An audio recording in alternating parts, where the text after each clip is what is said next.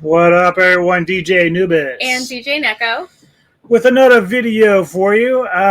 Some recent pickups, swag, and we're going to talk a little bit about a couple of bands that I felt deserve some recognition for stuff they did after their heyday in the 80s. So we'll get into that a little bit.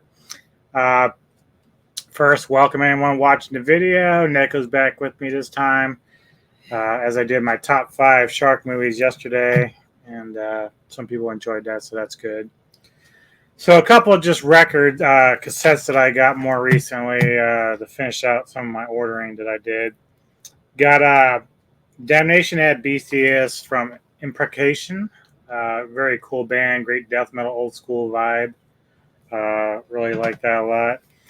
And then I got Summary Execution at Dawn by Oath of Cruelty, who I owe Jordan from Oxygen Destroyer credit for showing me this band. That's awesome. Last year, so yeah, so that was cool to get that in there and pick those up when I did. So we got a lot of recent swag from our good friends on the YouTube universe. That's what I like. YouTubeverse. YouTubeverse? YouTubeverse. I'm a swag whore. I love like t-shirts and stuff, and I have so many band t-shirts and just random t-shirts. Like I always pick up. I don't think I probably have enough to wear a different t-shirt. And it's so funny because like I like some of the cups that we get, but like I don't drink coffee, so I don't even use them. She does. Oh, we're gonna have to take a picture of the coffee bar because I have this like really cool coffee cup holder, but then I have more coffee cups like in the cabinet. But I kind of display some of my favorite ones that I have, and now I have to make space for one more. But for you guys who we buy all this merch from, it's time for you to branch out. We need more of these. Oh, you want a mug? So I want to see Dojo Army on this show or Cult of Cinema. You know, I want some mugs for us guys who don't drink fucking coffee. And I do have the Dojo. Or tea. I have the movie Dojo Army cup that I use like almost every day for my morning coffee. I didn't bring that down. I really wanted to show everybody because we'd gotten it maybe over the last like month or two, a bunch of different t-shirts and stuff and stickers, and our stickers are already stuck, up in the basement in the Metal Tavern. We have kind of like a little soffit, which literally is covering the HVAC, and the basement is finished, so it's like paneling, but we take all of our stickers from bands and from our different friends, and we stick them up on this little like trim. And we've decided like if we ever move, we're literally going to cut this paneling and take it with us and like frame it wherever we move, and then just replace the paneling. Yeah, I'm putting all the work because we're having a really good time. Like just the stickers are so much fun, and you know what? I don't care if we are childlike adults.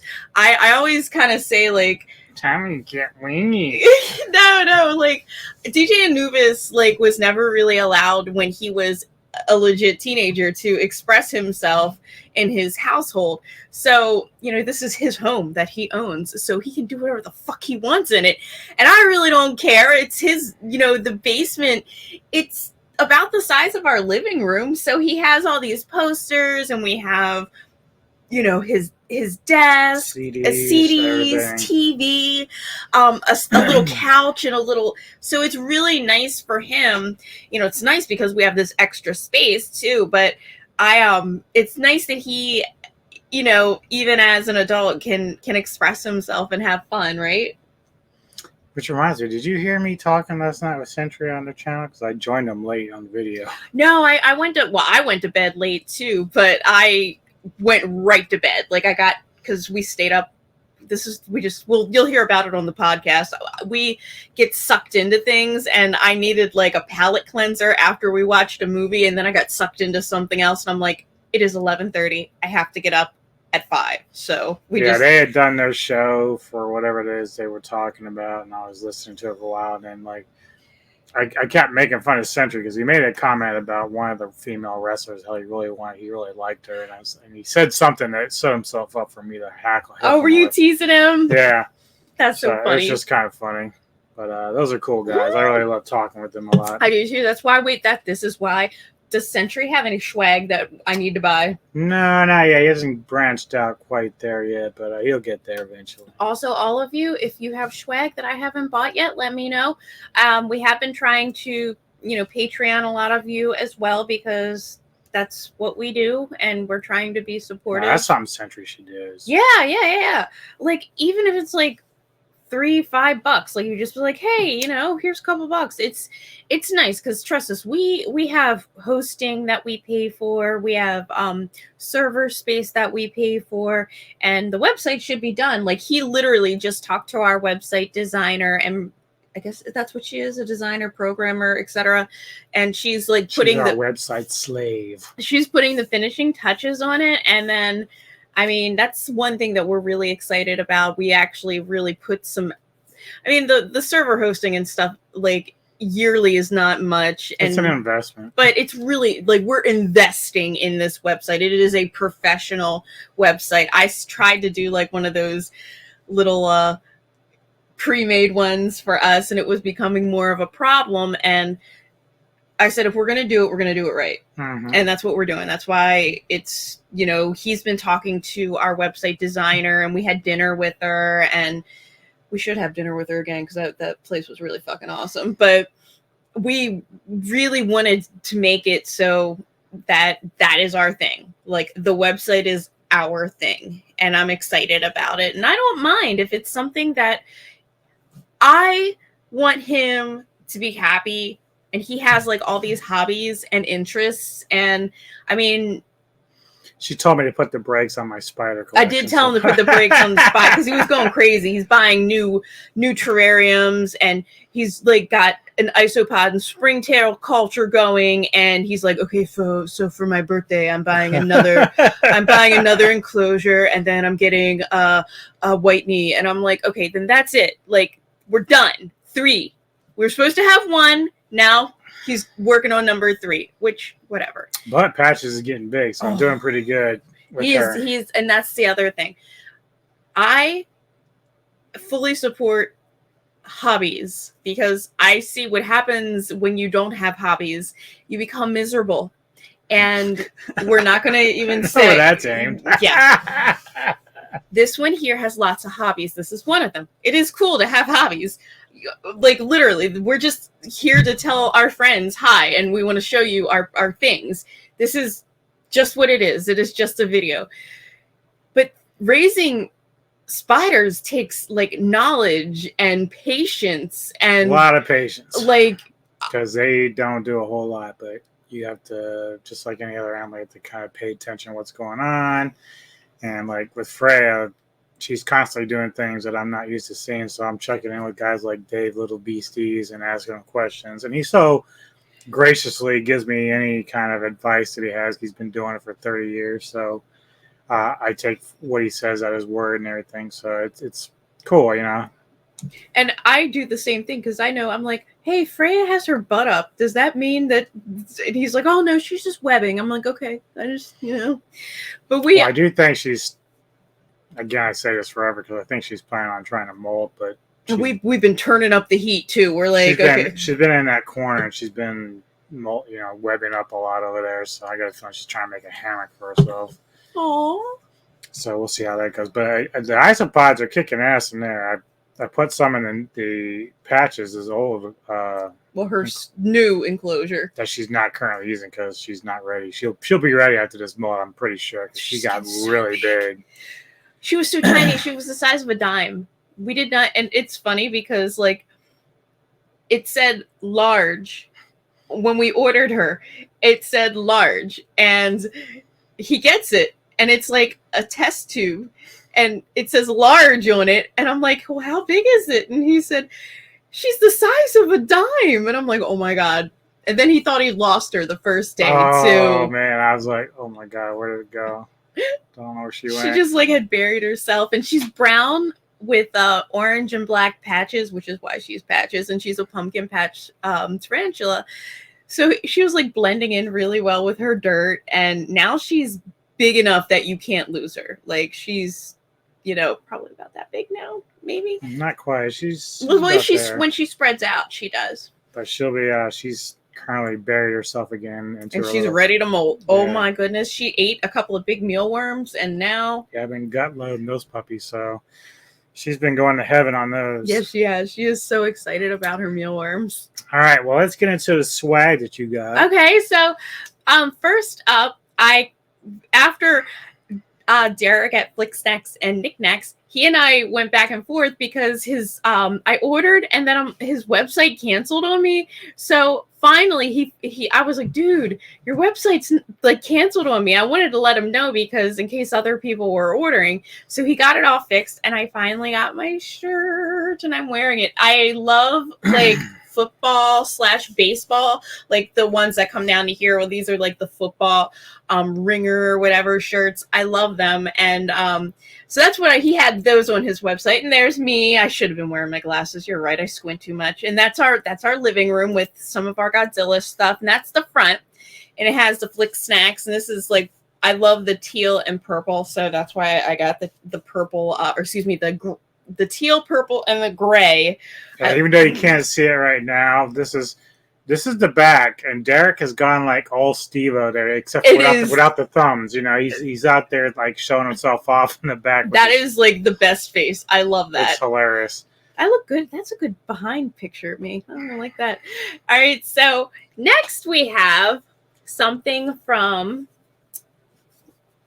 Cult of Cinema. Can you see that?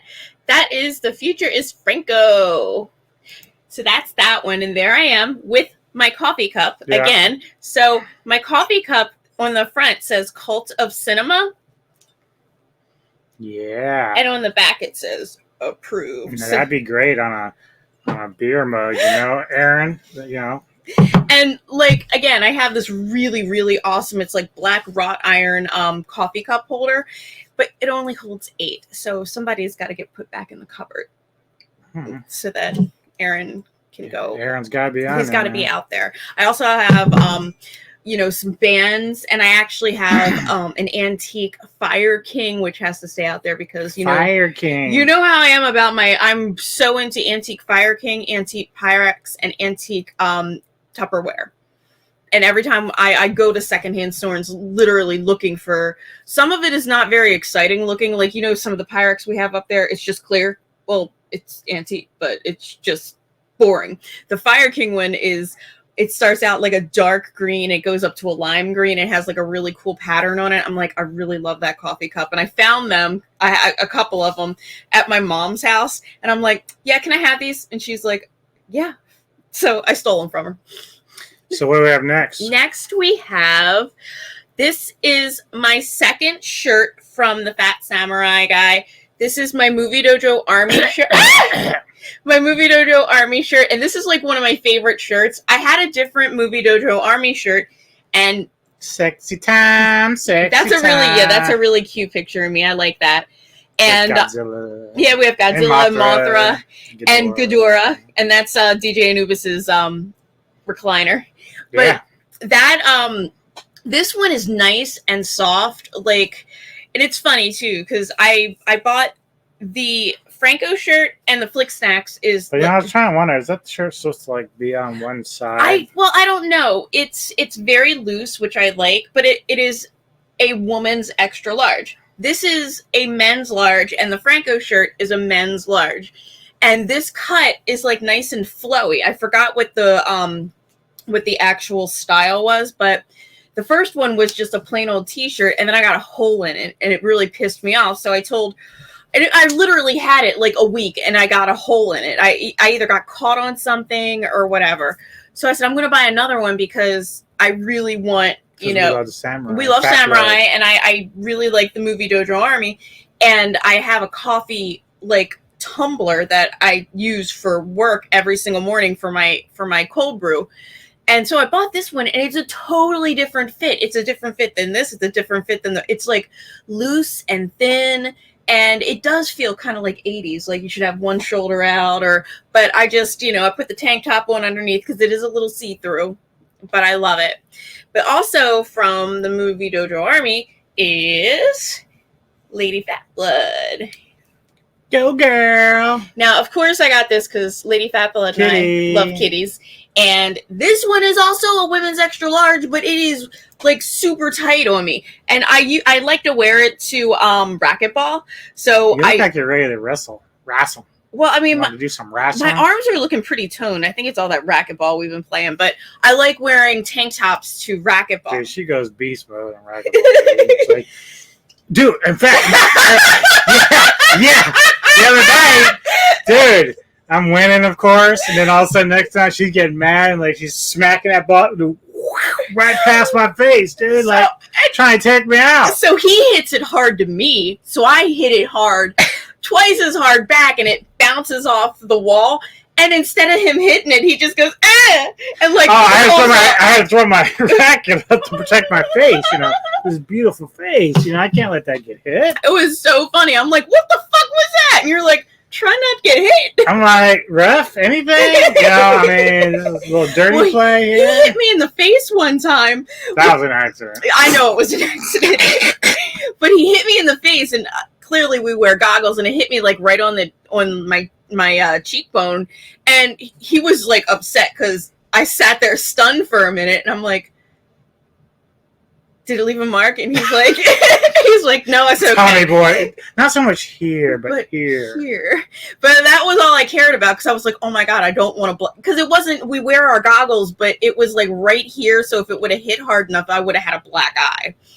So, rounding up everything else is this is one of my favorite shirts, not because I do love Tony, but this shirt is probably my favorite cut of all of them, so I wear it a lot. It's a ladies... The one cut of the Tony of the Dead. It is a ladies V-neck, and it's a ladies size extra large, and I feel like it just fits very comfortably, and it's very... I'm not even sure, like, what the brand is, but it's just very... I have no holes, nothing, but this is a Mr. Tony of the Dead. I have a Tony of the Dead mug, too. It's up on my coffee bar, and I'm going to have to take a picture of my coffee bar, and that's me, squinty as always. I squint so bad without my glasses. And I keep telling her to wear them during our video thing. I'm wearing them now, because after I saw these pictures of me... The eye doctor told you to wear them, too, because you don't want to do that. I know. So I love, it's a nice, like, navy blue with a little green, and it has the Tony of the Dead, but I'm trying to see what brand this is. It says Bella Canvas, but this great quality, like super. I don't know how my first Movie Dojo Army shirt, just literally I wore it and I got a hole, so that I'm just, that's like this one, Derek. I am so glad you had this style. I'm all about, like, I mean, I have so many t-shirts, and I usually buy them when I go traveling too. So I have, like, from different places that I've been, and I have enough t-shirts to wear like a t-shirt a day, probably for a year. But you always get a couple of your favorites that you just overwear, like my Sedona shirt. I'm probably gonna ask this question later today on Facebook and social media. Okay. For those that watch this, I've been really contemplating doing a live Q&A. It doesn't matter so much if you're there or not. It can be. It doesn't matter. Well, sometimes, like usually it happens late at night, so you're usually in bed. But it is Friday. But anyway, just curious for people who are watching this, especially all the people that we do YouTube stuff with. If you're interested or fans, you want to think it's a good idea to do that just for fun, to shoot the shit. It gets a chance for you guys to ask us questions about movies and entertainment, music, whatever. Or ask us anything.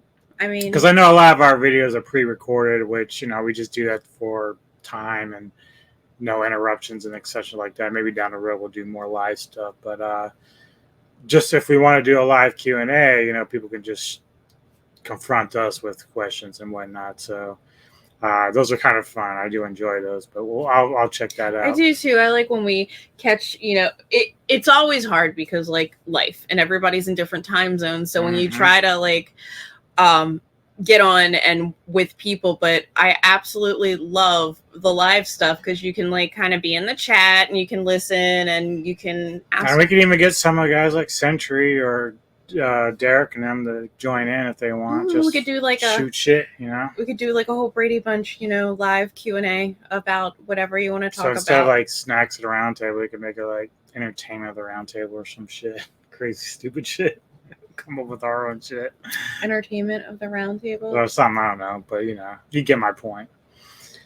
Okay, so because we are a music podcast, it's only right we talk a little bit about music. All right, so go.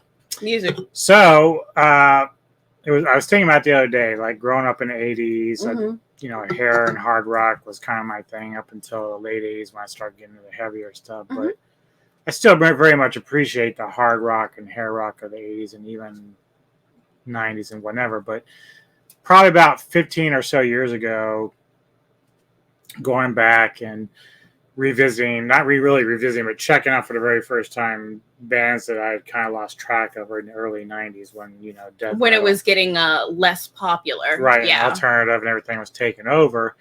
And I was kind of surprised that some bands were still putting out records. I'm like, wow, okay, I didn't know this was happening. But then I also discovered around the same time when I was checking out these records that a couple of bands that I'm going to use as examples here were actually improving. They weren't changing their sound so much, but they were just writing better records, I thought, in my mind, than what they had initially when they were popular. Right.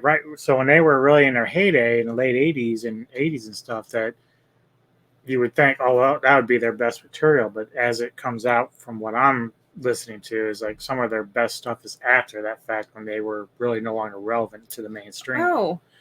So one band in particular, Dangerous Toys. Oh, okay. From Texas. So, they put out their self-titled and there was the hits like Teasin' Pleasin', Scared, Here Comes Trouble. Scared is still like one of my favorite songs from them. But I saw them once with Tor and other bands like that at the time. And then, of course, in 91, they put Hellacious Acres out, which had the great ballad Best of Friends, as well as a cover from Bad Company, Feel Like Making Love. So, I mean, there were some decent tracks on those first two records, and they were a decent band.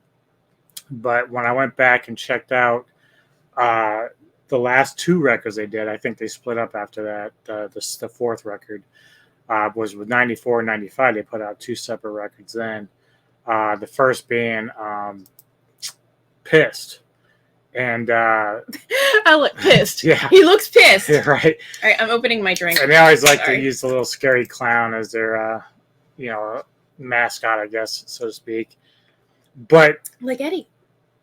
Unlike the first two records where I thought maybe like 3 or 4 songs were like tops. And the second one I only had about 2 I really liked. I mean, I could go revisit and see if I feel differently, but when I listened to Pissed, it was automatically like the entire record was really good. And then the songs that stood out were like Pissed, The Law Is Mine, Hard Luck Champion, Oh Well, So What, and Illustrated Man.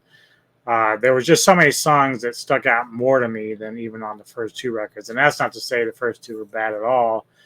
I just felt that they were actually becoming a little better songwriters at that point, which is unfortunate for them because their 94 is like right in the midst of the alternative grunge era. Mm-hmm. So, one's people really wanted a different sound in the 90s and things changed, but they became better musicians and better songwriters. Right. And some bands from the 80s who you take a band like Crimson Glory, they were starting to dabble with the alternative sound, which was okay to a degree, but Dangerous Toys didn't veer from their path. They just stayed straight with their hard rock approach.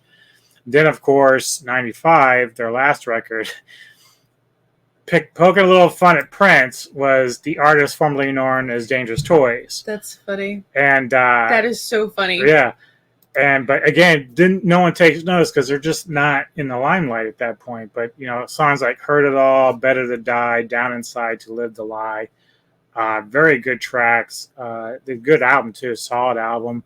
And I just kind of feel like, again, these are records that people probably missed because they thought hair rock was dead, which in some ways it was in terms. It just wasn't in the mainstream anymore, right? And then of course, Kingdom Come. This is a band that's very interesting from Germany. When they first came out, I remember this girl that I knew from my private school back then.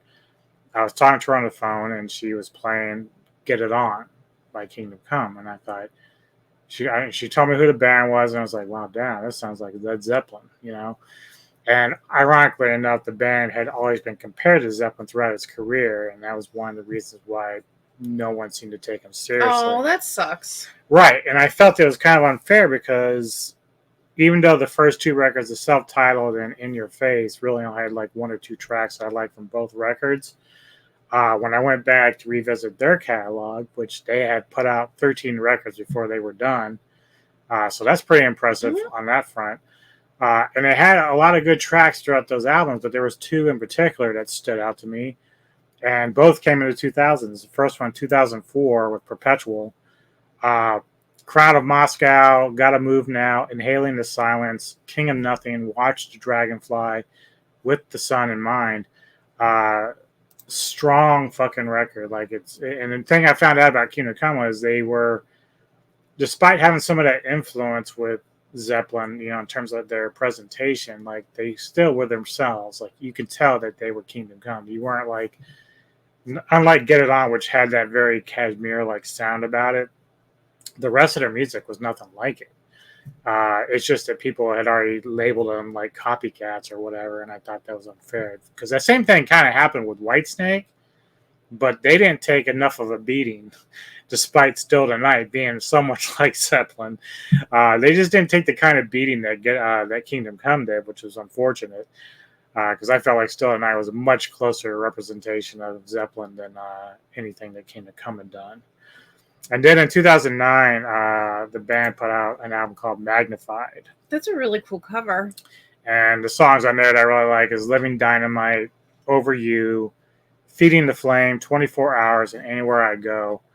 And they're just really, really good jams. And for people that like hard rock and, you know, some of the hair rock stuff, I know that I'd have to go back and double check, but Lenny Wolf, who was the original singer, was with the band for quite a while, but then they got a different singer at some point. I don't know if it just happened on the last two records I haven't really heard yet, because I think they finished up in 2013, I think. But either way, the material on both those bands from later in the career is very good.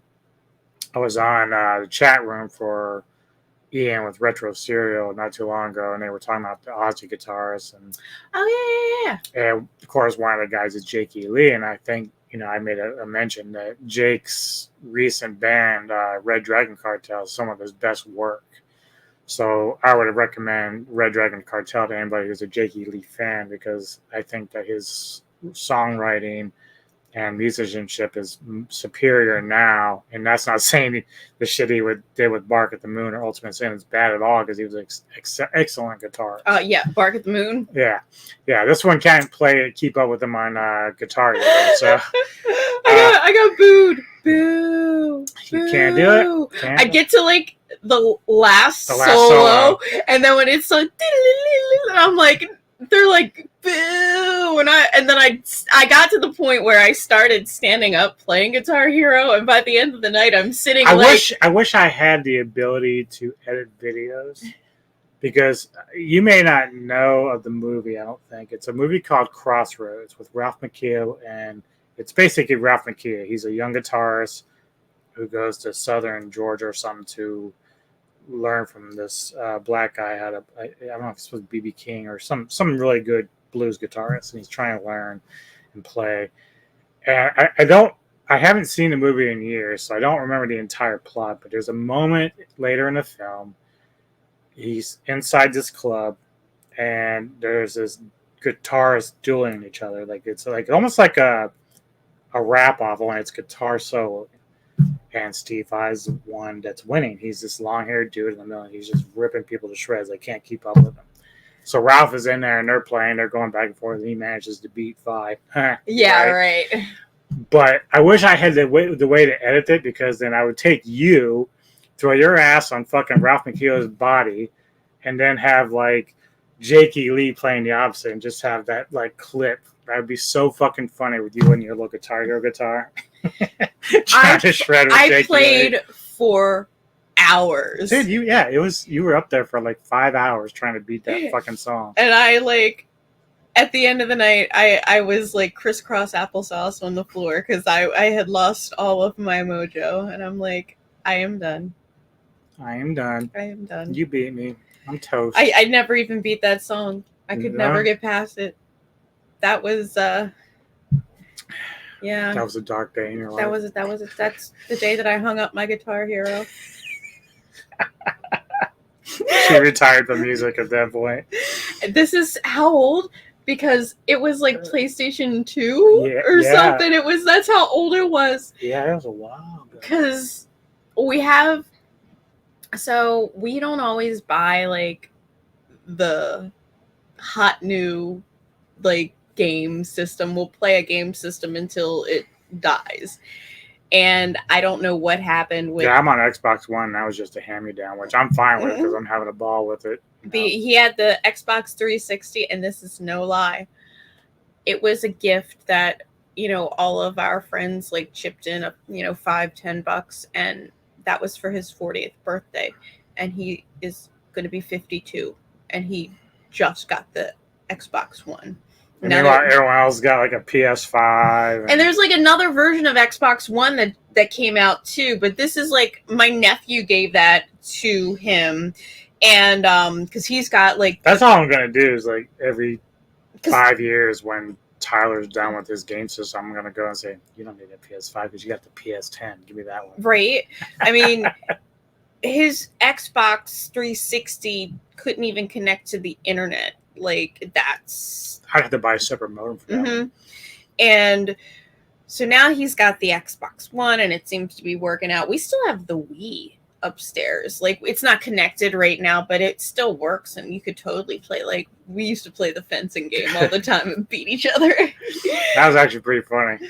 And the Olympics and stuff, like where you had to run. Bowling. The bowling was fun too. So that's fun for like party stuff. But our friends came over New Year's Eve. We had a small, like it was just the 4 of us, but there was enough cheese for 800 of us because I went to a nice Italian market and got some very fancy cheeses, and we had charcuterie and stuff. But she had the Switch, and that was like a lot of fun because you like logged in on your phone and we were playing trivia games, and it was just this little guy. Like we played all night. Yeah, and until like 1 a.m. That was actually a lot of fun. So now I think he's like, I think we need a Switch. I mean, why not, right? How much are they? I don't know anything. I don't know, but it'll be down the road before doing anything. Yeah, because he needs another spider first before we get a Switch, which is fun. Yeah. DJ Neko is getting a new kitchen this year. Come hell or high water. The kitchen is falling apart. DJ Neko needs a new kitchen. DJ Neko needs a counter. DJ Neko needs space to cook. Because I love to cook.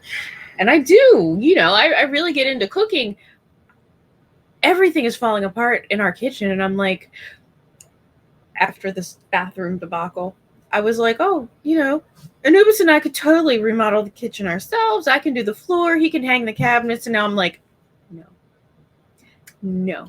You told me to stop you right there. If I say, oh, baby, no big deal. You can hang the cabinets. I said, just backhand me. That's why it's like, if that bathroom don't get done, guess what happens while you're out? Someone's going to come paint that shit for me. That's why I said, we're getting up early tomorrow. We're racquetballing.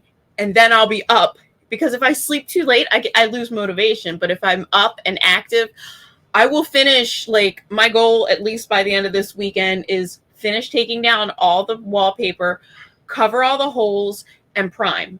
Yeah. That way, all that needs to be done is paint and then do like the little nitpicky things, like the trim. I found the perfect trim. I'm pulling up that other trim. I hate it. That I can order that. I can fix. Because we had to have some plumbing work done. So there's like a hole cut that they had to cut into the wall.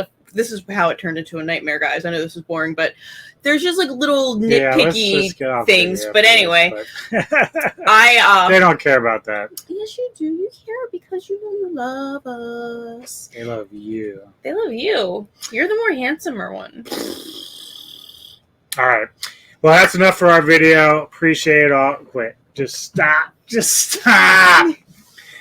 This isn't a porn. Stop. Thanks for tuning in, and you might catch me on Century soon with a couple of episodes he's got coming on. And I'm due to leave February 11th ish, and I won't be back until late April, early May. So about 2.5 months, which is awesome because love that travel. Love that money. Love that money. That's how we're gonna get the new kitchen. I'm gonna have to do a couple of trips this year, but it's I mean 2.5 months is very standard. It flies by in the blink of an eye because we're very busy. 4 months, not so much. 4 months was hard. But usually about 2.5 months is my average. I've only done one short job, and that was I was gone for 3 weeks, and it was in February of 2019. So it was really snowy here, and I was down in the Dominican Republic in Curacao, and I'm like, look at the humpback whales. Feel the warmth. And he's sending me pictures. It snowed here. And I'm like, oh, sorry. Not sorry. All right, everybody. Enjoy the rest of your weekend. Peace out.